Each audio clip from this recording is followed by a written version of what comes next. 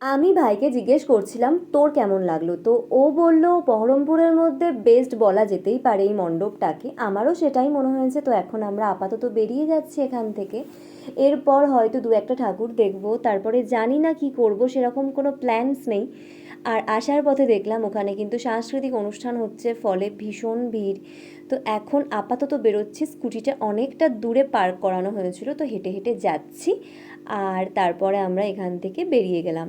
তো এখন আমরা ভাবছি একটু কলেজ ঘাটে যাব, আর তার আগে কিন্তু একটু চাও খেয়ে নেব। তো সবাই মিলে আমরা কলেজ ঘাটে পৌঁছে গেছি ফাইনালি, কারণ আমি এখন ফটোশ্যুট করব। যদিও অনেকটা রাত হয়ে গেছে, কিন্তু তাতে কি, ফটোর জন্য রাত দিন সব কিছু চলতে পারে।